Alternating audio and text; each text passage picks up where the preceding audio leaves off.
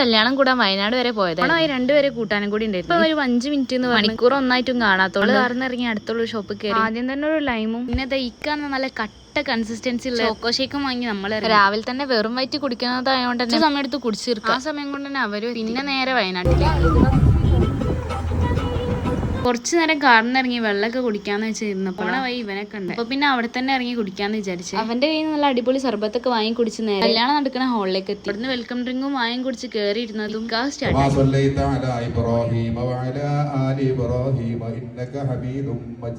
അങ്ങനെ നിക്കാഹ് കഴിഞ്ഞ ഇവിടെ നമ്മള് ഫുഡ് കഴിക്കാൻ നല്ല ബീഫ് ബിരിയാണി ആയിരുന്നു കേട്ടോ. ഫുഡ് എല്ലാം കഴിഞ്ഞ് വരുന്ന വഴി ചുരത്തിലാണെങ്കിൽ ഒടുക്കത്തെ പിന്നെ 1.5 മണിക്കൂറോളം ബ്ലോക്കിൽ കുടുങ്ങി ഒന്ന് റെഡി ആയിട്ട് അടുത്ത പണി കിട്ടിയ കാറ് സ്റ്റാർട്ടാവും. നീ എന്ത് ചെയ്യുന്ന ആലോചിക്കുമ്പോഴാണ് ഇവര് വരുന്നത്.